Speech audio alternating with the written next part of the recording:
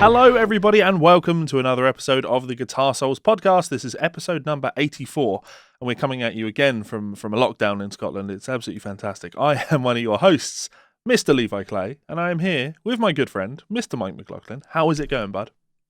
Not bad, you big handsome sod. How are you?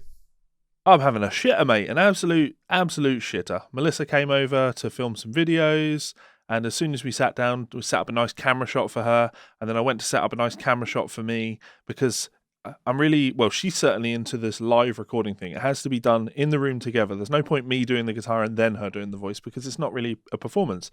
Everything needs to be live. So I'm fine with that. And as soon as I went to turn my camera on, my Sony A7, it wouldn't turn on. So my camera died, which is less than ideal. I had to film my part of the shot on my phone. So my shot looks awful. And when I'm trying to put this video together, it just does not give the impression that we're in the room with each other, even though I'm literally sat next to her.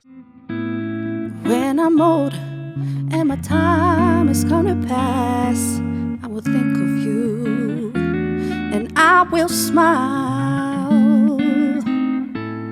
When I think that I've had about enough, I will call on you to make it right.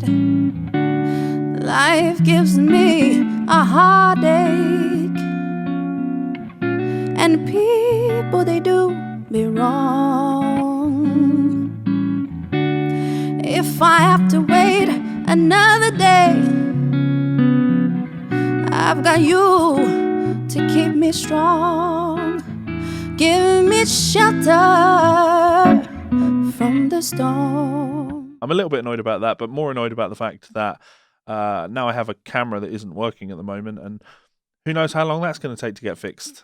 Probably two plus weeks, which is a pain in the ass for teaching because suddenly my students are down to a one camera angle thing. And I know that most teachers are teaching with one camera angle, but I like to have that second close-up shot on my guitar. So that's why you went the effort to get both the cameras and set it all up. You might get it repaired quicker than that. Obviously, I've had quite a bit of good luck with the Focusrite. Yep. Just where you're talking about warranty repairs.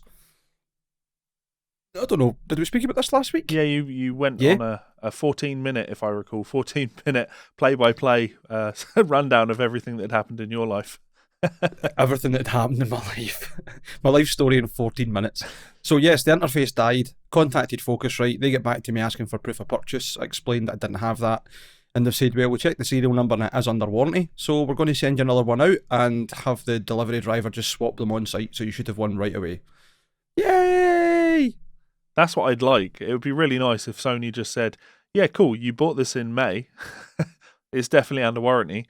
It's an old camera. It's the original A7. So, yeah, there's plenty of old stock of these kicking around. It's not costing it. It's not like we're having to give you a brand new A3. Like, I'd take a brand new A3. That'd be wonderful. But just A7 Mark III. Yeah, I'd take that. But, you know, it's not. It's just the old one. It's just a simple job, but struggle to get by without it. But yeah, aside from that, all good. PS5 here. Don't have the time to play it, such as the struggles of being an adult, right? Big F in chat, boys. Big F in chat. Finally got that Kiko Loureiro album transcribed, and then now I've moved on to Luca Mantovanielli's latest record, which is pretty cool because he's a pretty good player. Ridiculously good Tom Quayle-esque fusion shred guy.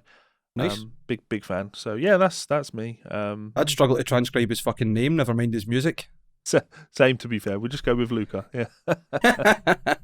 But yeah, that's all that's going on in my life. Another interesting piece of news to report is, did you know? This show is brought to you by Ormsby Guitars. If you want to see something beautiful, head on over to Ormsby's Instagram page right now and see what they are all about. Ormsby Guitars have been at the cutting edge of guitar design innovation since Perry started the company way back in 2003. Since then, the brand has gone on to be one of the #1 brands associated with Australia and modern guitar design. Aside from having one of the most ridiculous custom shops in the market today and a dedicated team that can essentially build you anything that your heart desires, more recently the brand has gained critical acclaim for their runs of custom order guitars manufactured in Korea, shipped to Australia and then sent out through their distributor network. These guitars include incredible designs such as the Hype and the Goliath. If you head on over to Ormsby's website right now and check out the pre-order section, you can pre-order a Goliath Run 14 guitar now for under $1,200. That's an incredible price and an amazing amount of guitar for your money. So as always, a huge thank you to our friends and family over at Ormsby Guitars. They're like family to us now. We love those guys. Your support is very much appreciated. And as always, if you are watching the show and you haven't gone and checked Ormsby out, please do go and check Ormsby out and let them know that we sent you. And also, a further plea, if you are watching this show, you might actually be watching it live. You may be watching it on a YouTube premiere, because we did that last week. It was a lot of fun, and we're hoping to do that more regularly. Those are definitely fun if you can tune in for when they go live. We'll work out a way that we can inform you on when those happen in advance. But yeah, if you're watching this live, hello, you're absolutely awesome. If you're not, jazz hands. Please do leave a comment wherever you are watching or listening to the show. Please do give a thumbs up, hit the subscribe button, all that good stuff. Any sort of interaction on the Guitar Souls podcast really helps it to go out to more people. And of course, recommend a friend. You know, if you think someone may enjoy this podcast, yeah, let them know, because they'll enjoy it. I guess that's the. It's kind of in the wording, isn't it? Yeah. Yeah. Well, we can hope they'll enjoy it. They might be one of these normal people that don't like listening to us. So yeah, fair point. And you could understand why people might not enjoy listening to us, because we just keep talking about the same things on this show over and over and over again. Segue right into Chris. Speaking of which, Chris Taylor Brown being banned from Facebook and from Instagram. Now we kind of promised finally each good other. News. We promised each other honest. that this would this be less than a 5-minute story, because we're tired of talking about this jack off. You're reaching out your American vernacular to upset him. I did, yeah. Just I was going to go with jackass. Jack off. I wanted to go with jackass, and then just it went terribly wrong in the middle of that. But you know, such is life. I'm pretending to be American today, so much like Chris Taylor Brown does. To be fair, but I mean, really, that is in essence the story. Is Chris Taylor Brown trapped, have been banned from Facebook for hate speech. And he's now claiming his personal page has been banned from Instagram. Boo-hoo. Boo-hoo. The thing I have enjoyed over the last week actually is some photos leaking of them playing a gig in a strip bar. Did you see this? No. So they were playing a show in a strip bar, and I swear to God, there's an audience of about 12 people there. It's just absolutely fucking tragic. A couple slow dancing on the floor in the middle. Yeah, it's just horrendously tragic. Chris, give it up, you absolute fucking clown. Give it up. It's pretty bad, isn't it? Yeah. He's it's a bit like, I can't remember the name of him, but remember that fucking fake musician guy that booked the tour that wasn't real? What do you call him? Oh yeah. I can see his face and everything, but I can't. Me too. Jared Threaten. That was it. Threaten. It's a bit like Threaten, isn't it? Yeah. Like it's that fake it and think he might make it, but never make it. Yep. Yeah. Potentially. I mean, he done it a better way. He obviously got some notoriety from it, whereas Chris Taylor Brown is just a walloper. Yeah. So, will I read his post? Yeah, just read his Twitter post. Can you put sad music underneath it? Damn, Facebook also deleted my personal Instagram profile, which I don't post anything but pics of me and my girl. Wonder if they will delete my personal Facebook musician page too. I haven't even used that one in a while. FB really has it out for me. And then thankful for Parler, because of course he's desperately trying to do. So many people have done this over the years. Gone off to alternative social media platforms. Why? Like, this Parler isn't the first that have tried it, and I can illustrate this point by pointing out that the other ones, that there's one that began with G. I can't even remember the name of these fucking websites, because they appear and disappear as fast as they've appeared, because a social media site is fucking useless unless everybody is on it. Simple as that. So, not interested in your Parler, Chris Taylor Brown. Not interested in you. Please fuck off. Just fuck off back to obscurity. You absolute goon. I would like to move on now. Is that okay, Mike? Can we move on from that? One quick thing. Just want to please explain why they were banned from Instagram and Facebook, etc. It was posting hate speech which was actually sharing far-right neo-fascist hate group Proud Boys content. And that's not my words. I'm not describing them as that. That is coming from the Metal Sucks story on it. Yeah, it's not presently clear why he would have been booted from Instagram as well. Yeah. To be fair, you know, I'm not crazy on Metal Sucks reporting, because from what I can gather, that's not the case. That wasn't what they were booted from there at all. There'd be no reason to know why they were booted from there, because Facebook won't report that. But of course, Metal Sucks like to dig in, and if you scroll to the very bottom of that story on Metal Sucks, what you're going to see is all of the comments quoting Axl Rosenberg from back in fucking April, saying, "Now can everybody stop talking about Chris Taylor Brown, please? Let's stop giving him attention and let him fade back into obscurity." And yet this clown Axl Rosenberg still needs to rely on him for clicks. So, which is kind of why I didn't really want to talk about it, because it's like, I agree with the sentiment. Let's let this guy fade into obscurity. He doesn't deserve any more of our time. But to do that, like, you don't know why he was banned from Facebook, Axel. You have no idea, because you won't have seen the posts.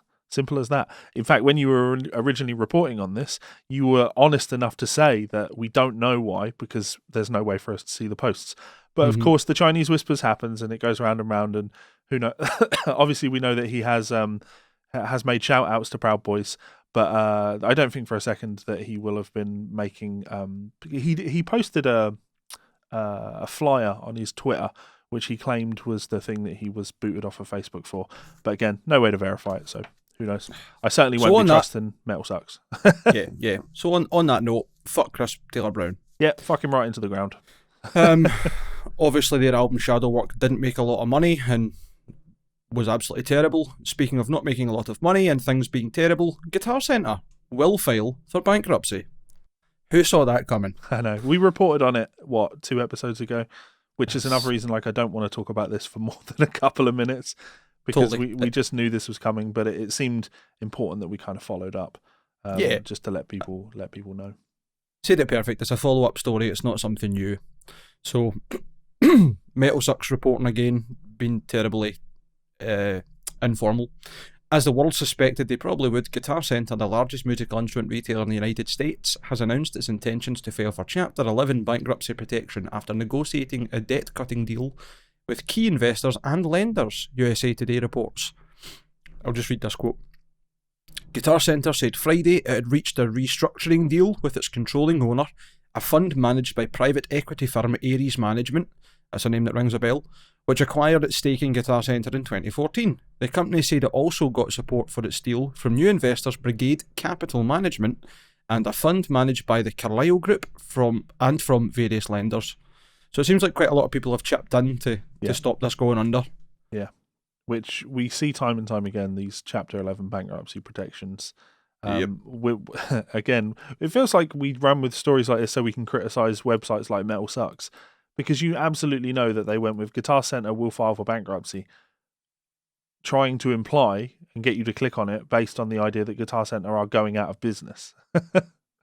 Whereas in reality, they filed for Chapter 11 bankruptcy protection. So, slight difference. Yeah. So hopefully Guitar Center do survive.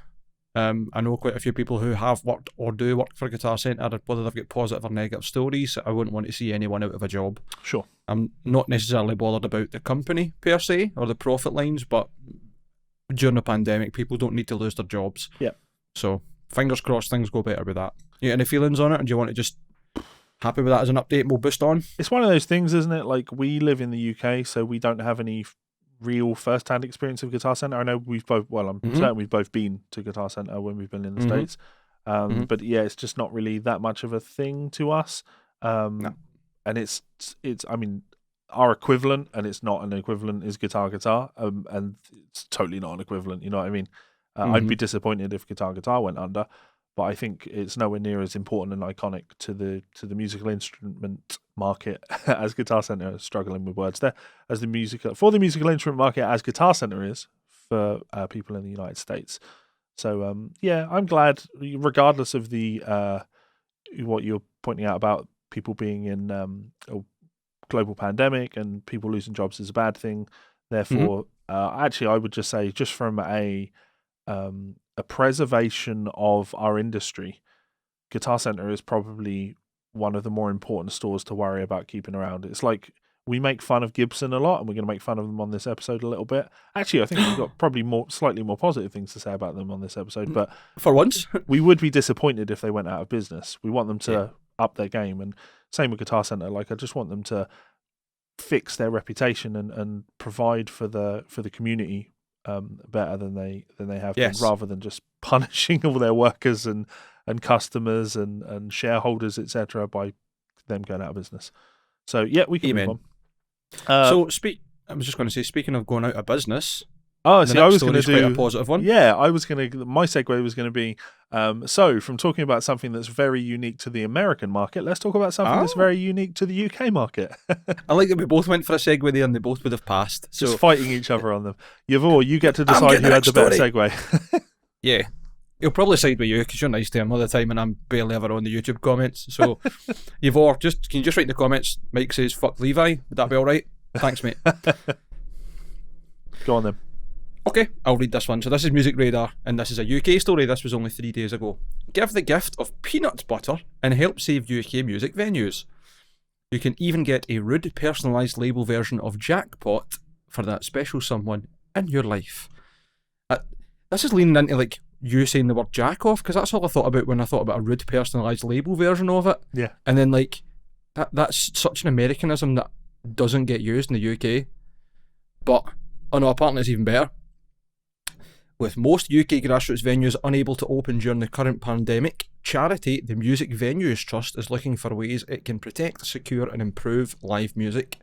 And that's where a surprising partnership with Jackpot Peanut Butter comes in. I've never heard of Jackpot Peanut Butter.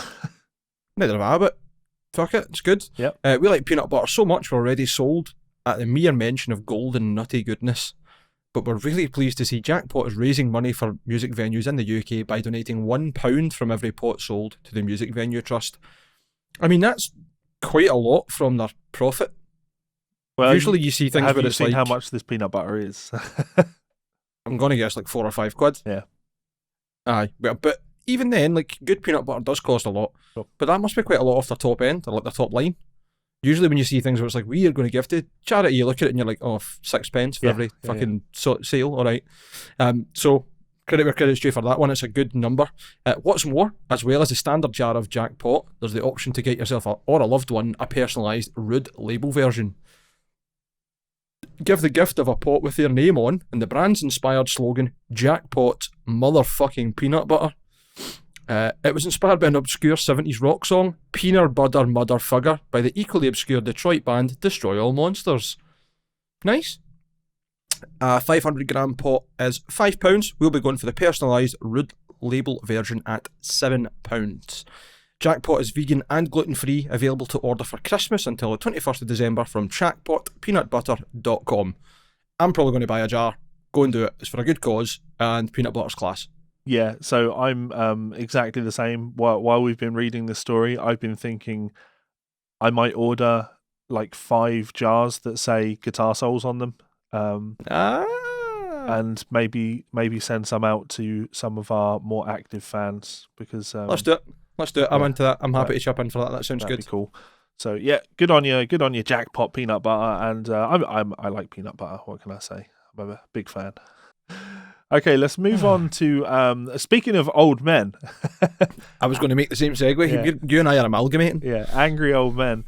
I didn't know if this was a story worth talking about, but then I read the quote and it's funny because I like how... Okay, I'll just spoil it. We're talking about Steve Lukather, and I like Steve Lukather. I like Steve for many reasons. I like a lot of Steve's music. I like a lot of his playing. I'm just a Toto fan in general, but you know what? I really love his attitude. I really love his I don't give a fuck attitude. You know, he just says what he thinks. Yep. And I enjoy He's done that for quite some time. Yeah. He's done that for quite some time. Was it not him at the run-in with his neighbour, so decided to go outside and play his fucking full 100-watt valve amps in the garden just to be like, fuck you. Yeah. So great. This is a cool story. I'll allow you to read because I can't read. It's true. He can't read at all. Steve Lukather speaks up on evil spite bullshit and losing rights to Toto name after lawsuit from drummer's widow. I made a lot of money for these people. I'm sick of taking it from these people, the guitarist said. This was reported on Ultimate Guitar 2 days ago. During an appearance on Rock Talk with Mitch Lafon, Toto guitarist Steve Lukather talked about losing the rights to the band's name in the legal battle with Susan Porcaro Goings, the widow of drummer Jeff Porcaro, who passed away in 1992. Susan filed a lawsuit against Lukather and singer-keyboardist David, is it Page? Yeah. Yeah. In 2018, accusing the musicians of promoting a conspiracy to reduce her share of the band's copyright profits. Your right to music that you had nothing to do with. Yeah. Okay. In the lawsuit, the widow asked the musicians to disclose the band's income and sought an injunction to prevent Toto from having future acts in unfair competition. The situation caused the band to cease activities after wrapping up the 2019 tour, which is bollocks. Steve has a book out titled The Gospel According to Luke, which you can check out on Amazon. Buy it for somebody else rather than Amazon. Fuck Jeff Bezos. I've been meaning to read that book and I've still not, so this will probably be my opportunity to grab a copy of that. That's good. Last month, Toto has announced a new lineup featuring Lukather, singer Joseph Williams, bassist John Pierce, drummer Robert Sput Seawright, and keyboardist background singer Steve Maggiora. Where's the other singer? The guy that went off the rails? What's his name? Bobby Kimball. Oh man, the performances of him live are... I feel sorry, but I really feel sorry for him. Yeah. Because that was a guy with immense talent, a great voice, like a unique voice. Yeah. And then you watch videos of him doing stuff and it's like, Bobby, you really need to stop sniffing, mate. Just take 10 minutes, catch some fresh air, use your brain, let it engage. This is gonna be for our listeners more so than you, because you won't see this, but I want people to know that one of the other reasons I don't read stories from Ultimate Guitar is that when I have it on my left screen and I condense the page down, it gives me, I'm going to put this on so everyone can see it, it gives me the story, it gives me all the information as a single line of text, so every single line just has one letter on it. So I've just got this forever scrolling thing of just one letter, which makes it quite difficult to read. I've done my best in the past, but I can't keep pretending. So, sorry, that's crazy. That's all right. So I'm going to read Lukather's statement. He was asked, how does Steve and Toto lose the name to Toto? Retire the band, break up the band, was the part of the question. I think they were asking how is it you would lose it, by retiring the band or breaking it up. Bitter widows, already remarried to really wealthy men, just to fuck with me because they don't like me. Lies were perpetrated by certain members of that family that are not true. I got to be careful what I say. I get sued for farting these days. If they're going to sue me for a fart, I want to make sure that all the fucking paint changes colours and glass breaks, wallpaper comes off. If you can sue me for shit like that, I better burn the fucking house down with my butthole. What a champion. I know, man, but this is some petty ass bullshit from people who don't even need the money. It's just a gigantic fuck you, Lukather. And I'm sick of taking it from these people. I made a lot of money for these people. Still making money. I don't make $1 grillion off Africa. The widow, she also controls the licence fees and fucks the band over on those just for spite. There's a lot of evil behind it, right under the guise of, oh, I wasn't paid. They went on a fucking TMZ and said Dave, Page the vocals keyboards, and I were criminals. We proved her innocence. There was no retraction. Yet she writes like a 12-year-old mean girl. She's fucking married to a guy, Rich Goings, the former chairman CEO of Tupperware Brands, that's got like almost $1 billion. What do you think I'm going to do after losing 7 figures in a percentage I have to pay every night above the gross to people who don't need the money just as a fuck you to me? That's pretty cruel. I never did anything to this person. Her obsession with hating on me is legendary, but it turned me into an asshole. It made me crazy. I had to cut them all out of my life. We paid them off. We lost the case. I didn't want to use the name, but the promoters go, you're an idiot if you don't do this. You're going to make so much difference in money. And honest to God, Toto makes zero money except for past royalties if we're not working. And Steve Porcaro told me I was a liar for this. Well, I'm not a liar. How much money did you make off the band without aside from royalties last year? Nothing. So unless I use the fucking name, it's worthless. It is what it is. He didn't want to buy in. He thought he should just put his hand out and be given to him for free, even though he's been out of the band for 25 years. And he hates my guts for it. You said you were going to take care of me. Well, man, Steve, you said a lot of things to me too, and you didn't come through, not even emotionally as a friend. And all the people that sued me and fucked me had his last name. It was David Page too who started the fucking band. So yeah, I'm a little bitter about that because I have to keep paying her off. That's another reason to get back together. I still got fucking legal fees and payoffs to these fucking people that I got to pay back. I do well, but I don't wipe my ass with a fucking $1,000 bills and follow a man who shits in a golden toilet seat like that woman does. I have nothing in common with these people, so from this point on I wish them all well. God bless you. I'll pay you when I use it. Shut up and leave me alone. They've been spending fucking 30 years fucking with me. I'm tired of it, man. Fuck them. I don't care about them. I really don't. Wow. Just not quite happy, is he? The thing is, like, that's what you want. As someone that's interviewed a lot of guitar players, that's what you want when you do an interview with someone. You want them to just open up like that and just be candid about shit, rather than the stepping on eggshells thing. Like, and that's what makes Steve really fucking interesting to listen to. I don't know if I buy all of it though, saying that Toto don't make any money. Mate, when you go out on tour, you're making fucking money. You are absolutely fucking making money. You're making money on merchandise and you're making money on ticket sales, etc., etc. I couldn't get tickets to Toto in Glasgow when you were here because it was completely fucking sold out and they were not cheap tickets. So you're making fucking money. On top of that, that's you who probably knows a few people who probably could have, where there were tickets, found a way to get you in. Yeah. I couldn't even get on the guest list. It was that's what I mean. That much of a fucking nightmare. Like, yeah. That's what I mean. Like, if you really wanted to be there, you would have asked people. Yep. And I'm no doubt you did. Oh, yeah. And to get knocked back at that point, you go, fuck, it must be busy. Yeah. I agree with you. I think there's probably three sides to this as there is to every story. Yeah. The first person's, the second person's, and the truth somewhere in the middle. Sure. Yeah. So, yeah, fucking hell, Lukather, you're not having... Lukather, I keep doing that. You're not having a good time of it, buddy. I'm really sorry. I think it's easy to see. It's all right. It's quite easy to see the middle with this, though, isn't it? Because even though I feel that Steve is misrepresenting the situation a little bit there, you can also see where that anger comes from. Because, as he points out, Jeff hadn't been in the band for a very, very, very fucking long time, right? Steve's still out there busting his ass in order to, have the band in a position where it can be profitable. You have to be out on the road all the time for the band to make money like that. So it must be pretty shitty going and making a shit ton of money and then someone else who hasn't wanted to play a part in it go, where's my share? I sympathise with him. I do sympathise with him. But Jeff Porcaro was a big part of that band. He was a big part of that band. He contributed. He absolutely contributed. Of course he was. Rosanna? Yeah, that intro on Rosanna is legendary. Like that Purdy Shuffle. Yeah. Incredibly famous drum pattern that as soon as you hear it, you go, fuck, I know what song that is. Yeah. So, yeah. More of that, Luke. Please, more stories like that where you just rant and rave about shit. Here's my only problem, right? Jeff passed away 1992. Sure. Susan filed the lawsuit 2018. Yeah. Come on. Yeah. Come on. And that was obviously this David Page being part of it. Come on, fuck.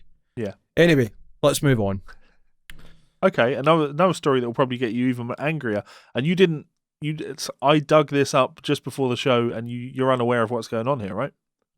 The Taylor Swift one, correct? Yeah, we're. I think we both admire what Taylor's doing in the industry. Would that be fair to say? You mean absolutely cleaning up, and then when she meets unfair obstruction, making great light of it and doing her own thing? Yeah, I've got a bit of affection for her, for sure. This is an interesting story because not necessarily because of the shady side of the business, but because I feel that this podcast should always be an opportunity for education as well as news reporting. We're often talking about the inner workings of the music business, how why lawsuits may or may not have merit, and how the industry works. This should be an interesting insight for people to understand the difference between mechanicals and publishing. The rights to a recording versus the rights to a song, because Taylor Swift, being a major label artist, doesn't own her master recordings. Someone else owns her master recordings. The label initially owned those master recordings, and they have sold those master recordings. And Taylor's in this awkward situation where they have been sold to somebody that she fucking hates. And that's a strange situation to be in, right? This is my music, but somebody else owns these recordings. Yeah, I didn't know that Scooter Run had bought them. I thought he just owned them because he worked in partnership with her or something, and that was part of the contract. Am I wrong? I don't know the inner workings of it, but he's now sold them. Yeah, so he had them before and he couldn't get, or Taylor Swift couldn't get them from him. I know that. I don't think he bought them though. Right, okay. I think he was part of the production team and then had basically bullied her into making it his, and he had full creative control or the rights to the masters and whatever else. Yeah. Anyway, you want to read this or you want me to read this? I would love it if you would read this because I can't look left. What is this? A school for ants? Enough. Anyway, this was on Twitter and this is directly from Taylor Swift's Twitter. So she left a comment saying, been getting a lot of questions about the recent sale of my old masters. I hope this clears things up. And this was 6 days ago, November the 16th. And she just posted 2 images, both of texts. So the first one says, I want to check in and update you guys. As you know, for the past year, I've been actively trying to regain ownership of my master recordings. With that goal in mind, my team attempted to enter into negotiations with Scooter Braun. Scooter's team wanted me to sign an ironclad NDA stating I would never say another word about Scooter Braun unless it was positive, before we could even look at the financial records of BMLG, which is always the first step in a purchase of this nature. So, I would have to sign a document that would silence me forever before I could even have a chance to bid on my own work.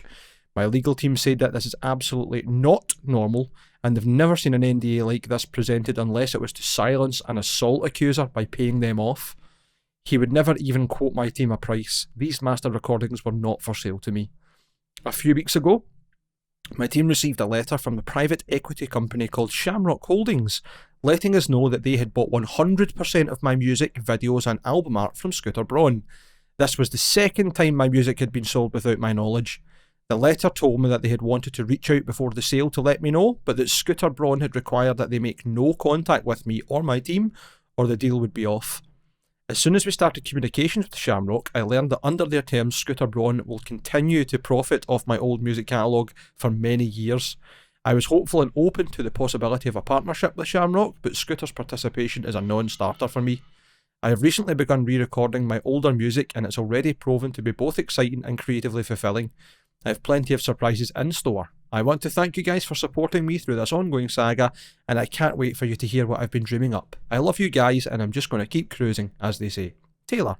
P.S. For transparency and clarification, I've included the letter of response I sent on October 28th, 2020 to the private equity group who purchased my music. And that letter reads as such. Oh man, this looks like somebody's wrote up like a letter to say that they were sick and why they were off school in place of their parent, isn't it? Yeah. So very basic text, 3 big paragraphs essentially. October 28th, 2020, letter from Taylor Swift. Dear Patrick, Jason and Laura, thank you so very much for your letter. Upon reading your kind words, I was thrilled with the idea of working with people who value art and understanding how much my life's work means to me. I immediately began to plan all the ways we could work together on expanding and protecting my music while maximising the outcomes for all involved, especially my fans. So, regardless of the fact it was the second time my masters had been sold without my knowledge, while I was actively trying to purchase them, your letter brought me a great deal of hope for my musical legacy and our possible future together. This is why I was so disappointed when I learnt that under the terms of your acquisition, Scooter Braun and Ithaca Holdings would continue to receive many years of future financial reward from my music masters, music videos and album artwork. If I support you, as you request, I will be contributing to these future payments to Scooter Braun and Ithaca Holdings. I simply cannot in good conscience bring myself to be involved in benefiting Scooter Braun's interests, directly or indirectly. As a result, I cannot currently entertain being partners with you. It's a shame to know that I will now be unable to help grow the future of these past works, and it pains me very deeply to remain separated from the music I spent over a decade creating, but this is a sacrifice I will have to make to keep Scooter Braun out of my life.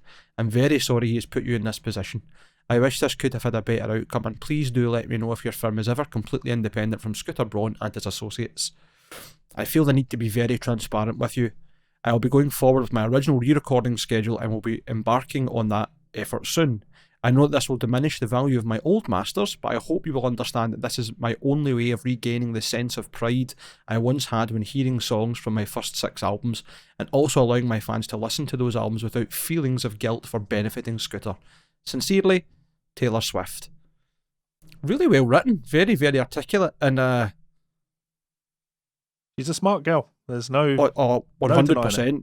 You don't get to that level without not being very intelligent with what you do. Sure. But but I just mean more so that she's very succinct in the way she's put her point forward. Like, she's explained where she's at, that she would have loved to be in partnership with them, but that she can't in good conscience because of the clause with Scooter. I wonder what will happen next. I wonder if there'll be a way where he will end up being cut out of the picture, but I don't see it happening. Yeah, there'll be too fucking ironclad, won't it? But the reason I thought this was super interesting is because it highlights, like I say, the difference between mechanicals and publishing, right? Mhm. Taylor still owns the songs. She just doesn't own those recordings. So if she chooses to, as she evidently is choosing to, she can go back and just re-record those albums and re-release those albums, different recordings of those songs. And that's super cool. Like, that's unbelievably cool. And I don't want to say that I wish more artists did that, but I think it also would be really interesting, you know what I mean, to hear, like, if, well, Metallica's probably a terrible example of this, but let's just use them as an example. If Metallica decided they were going to go back and re-record Ride the Lightning from start to finish, it would be super interesting to just hear how an artist's take on music that they once made is now. It doesn't, in Metallica's case, it wouldn't have to shit on the original recordings, right? You could still enjoy both of those recordings. You probably enjoy the originals more, but just, you know, from an artistic perspective, from a consumer of arts perspective, it'd be interesting to be able to listen to those two things and weigh them up and see how somebody, you know, because it's ultimately, I would like to think, the artist that you're into more so than the art, maybe, when it comes to bands. I think so. I mean, there are a couple of albums that you hold up in heralds because of whatever the production is. That might be what you're totally after. But you're right, like, if that's been done once, you're going to listen to the album re-recorded with different production to see what's different and what you like about it. Yeah. There's actually versions of albums that I prefer before they've been re-recorded and stuff. So it's just as much about the art and the artist. Yeah. I think it's 50-50 for me. High art from high artists is the ultimate goal, right? You were talking the other night with Melissa Bjork. about you would go with Bjork, yeah, but you were talking about Nick Cave the other night. Yes, Nick Cave. He's something else I know, man. Really, like, I don't know a lot of his back catalogue, sorry, but one album that's just tremendous is Murder Ballads, right? Basically just him, Nick Cave and the Bad Seeds with the album, and then there's 2 tracks with features on them. One is with Kylie Minogue, which was one of the singles. They called me the Wild Rose, where the Wild Roses grow, sorry. And then he had a single called Henry Lee with PJ Harvey, who he was seeing at the time.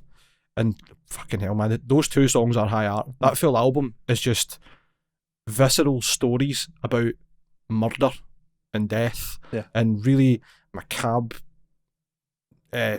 situations. It's really good. You need to go and give it a listen. It might not be your cuppa. Nick Cave stuff is quite hard to get into. It's very dark and weird and poetic almost. Like I was saying, it's a lot. It's kind of half spoken, half sung. Yeah, really good. Really, that album's tremendous. Dig Lazarus Dig's really good. The Mercy Seat is brilliant. There's loads of good Nick Cave, loads and loads.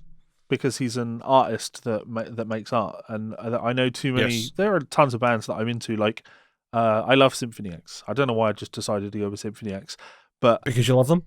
They make great art, but I wouldn't really consider them, you know, genius artists. But I think when you talk about someone like Nick Cave is the artist. I think when you talk about someone like Bowie's an artist. Talk about someone like Tom Waits an artist, and you don't have to like the artist or the art that they make, but you can never deny the artist in the creative drive behind someone like that. So bang on. I think the same way for like the Beatles. I'm not a Beatles fan. Sure. The Stones, I'm not a Stones fan, but there is no denying that they had a massive cultural impact on how music would move from where it was to what came after them. They are a cultural shift in some degree, and whether you're into it or not doesn't matter. I would insist rather for years that I'm not into the Beatles, and then a Beatles song's come on sometimes and you're like, I can't help sing along with this. I beat my feet because that's the Beatles, right? Maybe I do like this song. Like, I saw a Beatles cover band when I don't even know what age, man. I was a young teenager, maybe even before my teens, on holiday in Lanzarote or something, in a pub. And it wasn't my choice to go. I was on holiday with my aunt, and she was like, "Mum, we'll go to the pub and whatever else." Like, okay, no bother. We'll go and see the entertainment. And I think for just about every single song, I was singing along, even though I was like, I don't like the Beatles. So, Yep. you're right. Like, it doesn't matter what you're feeling is on things. Like, even when you don't like a band, you can't deny if they are artists and if they have released art, whether you like it or not. Sure. Cool. So hopefully things work out pretty good for Taylor. I don't really see it happening anytime soon. And it's a bit of a shame that they've reached out as if they are going to be the saviours in the story, and she's went, don't think so, because he's going to make money off you. So all he's really done is cushion himself against not making money. Sure. Shit times, man. He's kind of fucked her over twice there, in my mind. Yeah. But we'll see what happens. Mon Taylor, go and knock it out of the park, Hen. I believe in you. I like you. You might do a lot of watered down pop stuff, but I think you're an intelligent and articulate music business visionary for our generation. You should be an inspiration to a lot of young up and coming musicians. Young up and coming musicians, you can learn a lot from how Taylor is conducting herself and dealing with shit in the business. So yeah, I like her. I don't know why I needed to do this. Like, yes, fist. Okay, so let's move on to Gibson. We have two Gibson stories. One super quick one. This is kind of a follow-up on the Adam Jones Les Pauls that was stolen from Sweetwater. It was Sweetwater, wasn't it? 13 Les Pauls stolen from Sweetwater. Gibson... Was it not 11 guitars? It says, was it more than that? It says in this article. 13. Yeah. 13, sorry. Yeah. That's right.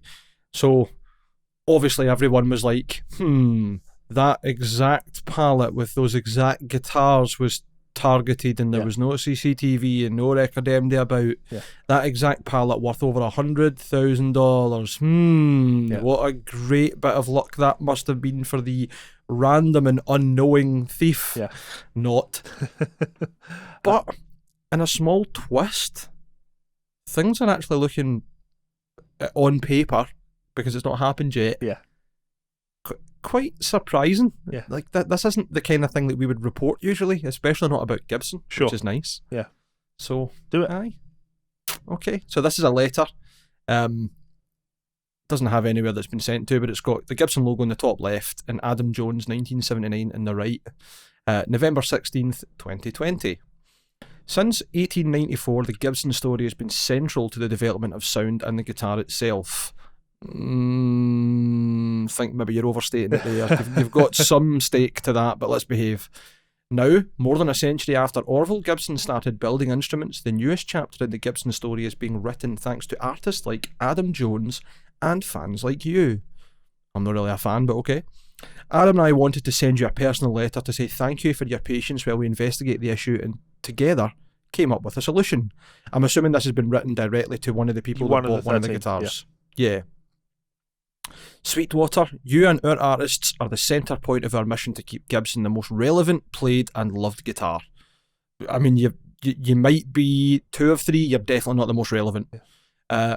Working with icons like Adam Jones keeps Gibson culturally engaged and connected to music, and in this case, Adam's and Till's music that led you to put aside enough savings to buy one of the Gibson Custom Shop Adam Jones 1979 Les Paul Custom Silverburst Limited Edition guitars. Rolls off the tongue. Again, the claim that keeps Gibson culturally engaged and connected to music. Because the average Tool fan can afford these guitars. It's not just that. Like, Till's had a big following since, the 90s? And they're only just starting to really lean into the capitalist side of it, not putting in their music onto a streaming platform till like last year, and culturally engaged and connected. Relevant. This is language that doesn't really match up. But anyway, doesn't matter. That's just their opinion, isn't it? For many of Adam's fans, these limited edition guitars are the guitars of their dreams, and this is probably true of you as well. Therefore, we wanted to let you know that we, Gibson and Adam together, have decided to make the guitars again for you. In order to distinguish them from the ones that got stolen, we're going to add a special notation on the headstock, something we believe will make your guitar one of the 13 most special and collectible guitars of the run. We apologise in advance for the suspense, but we prefer to surprise you. Our partners at Sweetwater will be in touch with you regarding timing, but we expect to have your guitar ready by the first week of February. Keep rocking. Signed, Adam Jones and Caesar... Gherkin. Big Caesar Gherkin, Big Pickle. It's worth pointing out, right? Somebody might comment on this a week down the road and point out that this letter was fabricated and it was just made and posted on social media, and it was never verified as being legit. Because there is no way at this stage for us to know that this is legit, but it seems relatively legit. You know, this would obviously be the smart thing for Gibson to do. It's a nice thing to do, and yeah, it kind of makes it right for everything. It would be really shitty if Sweetwater and Gibson were both like, well, you know, we're really sorry, guys. You're just not going to get those guitars. We're going to refund you. Because it's not about the money, is it? When someone spends this amount of money on a guitar like this, it's the hopes and dreams of that guitar. Like, there's a way smarter plan in this as well. By replacing those stolen models, not only are they going to be too hot to handle, but you're completely depreciating the value of them as well. So the people that have stolen them aren't going to get anywhere near what they expected for them. Yep. Obviously, they got them for free because they stole them. They can still make money on them. But it's kind of a pat in the back for the people that have invested that amount of money into it. And it's nice because, without being too cynical and critical as you and I always are, sure, it's rare for Gibson even to put that amount of effort into QC, never mind into your guitar was stolen, let's do something really special for you. Yeah. Do you know what I mean? So if they're going the extra mile, then I want to say, well done to them. Hopefully this is true. Hopefully this works out. Hopefully those 13 people get ridiculous guitars and something special. But I would also think that come February, if these guitars do arrive, somebody's going to post what this on the back of the headstock, and somebody that's got those 13 guitars that got stolen is going to try and fabricate that. Sure. So I can only hope it's something that would be quite hard to fabricate. I also, because I'm an absolute, like, want to watch the world burn type of guy, let's inject a little bit of chaos into things. I don't want to use the term anarchist because I wouldn't describe myself as an anarchist, but I quite like seeing things go horribly wrong and laughing at it. So a little part of me hopes... communist, didn't you? Yeah, totally. A little part of me hopes that these 13 guitars get stolen. Just another palette just completely disappears. Because it would just be like, how did you fuck this up? They're going to get out by armed guards. They're going to be sent out on 13 separate pallets, like buried around other shit guitars. And where all those other Gibsons got destroyed. Yeah. Remember? They fucking run them over and whatever the fuck they were. And I just imagine that, like, another letter exactly like this in February.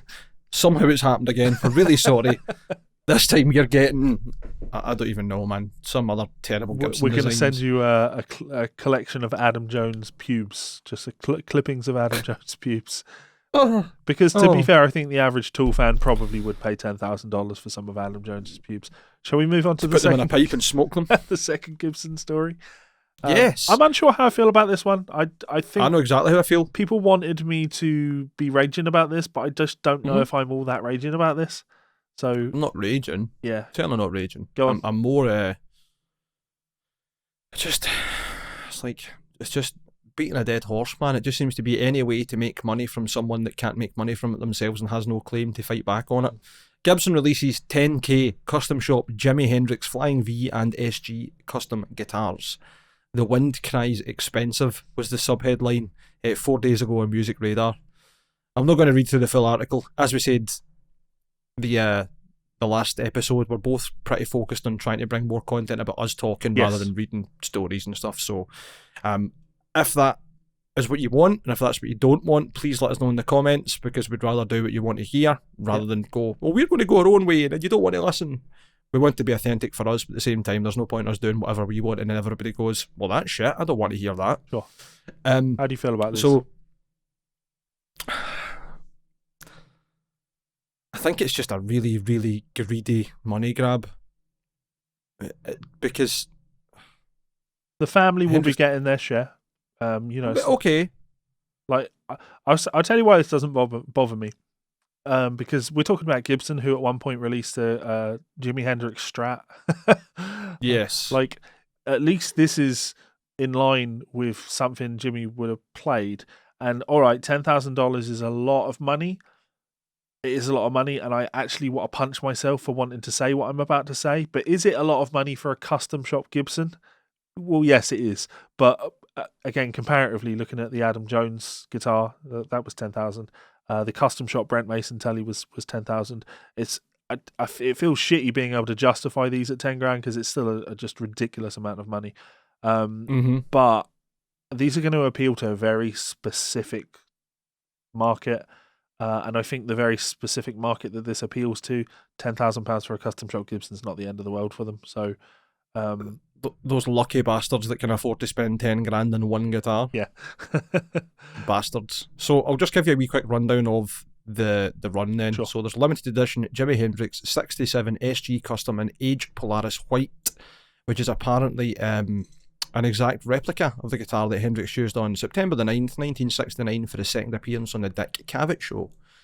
He played a right-handed 67 Gibson SG, strung lefty, for a medley of the songs Isabella and Machine Gun. So the SG that you can buy, the custom shop one, is an exact replica in the Murphy Lab aged Polaris White finish, and there's only 150 of them. In 69, Hendrix custom ordered a left-hand Gibson Flying V directly from Gibson, used it during the Band of Gypsies era. August 13, the following year, the guitar made its most famous appearance in Jimmy's hands at the Isle of Wight Festival. The Jimi Hendrix 69 Flying V features a Murphy Lab aged ebony finish and aged gold hardware. It's another limited run with 125 right-handed Flying V guitars and 25 left-handed versions. So to me, they've not been entirely clear on that. 125 right-handed Flying Vs. Are the right-handed Flying Vs the one that left-handed players would want to buy so they can turn them upside down and string them the wrong way around so it would be like Hendrix's guitar? Or is it the other way around? Like, if I want a true Hendrix experience, well, I guess I'd need to be left-handed. But realistically, if I wanted to look as Hendrix as possible, surely I'd buy a left-handed guitar and string it the wrong way. I would think so, aye. There's not really too much more to read on this, so we'll just have a quick chat about it, because the rest of the article, which is about 7 or 8 paragraphs, is Janie Hendrix, sister of Jimmy and president and CEO of Experience Hendrix LLC and Authentic Hendrix LLC, essentially just sucking Gibson's dick. Just talking, like, honestly, like total corporate talk of keeping the legacy alive, the most impressive guitars to recreate, it's an homage. I felt this feeling from hearing him play and experiencing, and you know what I mean, just total buy this stuff because it makes us money. Yeah. Certainly that's how I feel about it. Yeah, there are more authentic ways of keeping Jimi Hendrix's music alive, and that's yes, his music. Yep. I really don't enjoy the ongoing monetization of dead artists to the extent that it's happening. I get that this is obviously someone who is part of Jimmy's family, right? And they're entitled to some money from his success and career, not that Gibson or Fender are specifically allowed, or somebody specifically should get all the money. I think the family are the heirs to the throne, necessarily. But I don't know, man. I just think this is a bit... Yeah, it's in my mind, it's just not unnecessary. Not unnecessary, but just...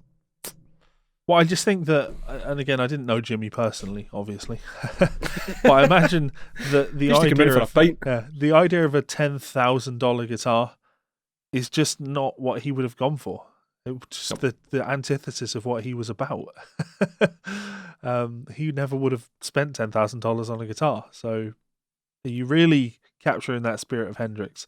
From looking at some more pictures, it's now clear, obviously, that the right-handed ones are right-handed guitars. Like, so realistically, the only way you can buy this SG is as a right-handed guitar. So if you're a left-handed player, you can buy this and have it the way Hendrix would play it. If you're a right-handed player and you really want Hendrix style to have the guitar upside down, you have no option for that. So sorry. And there's 25 options to get there.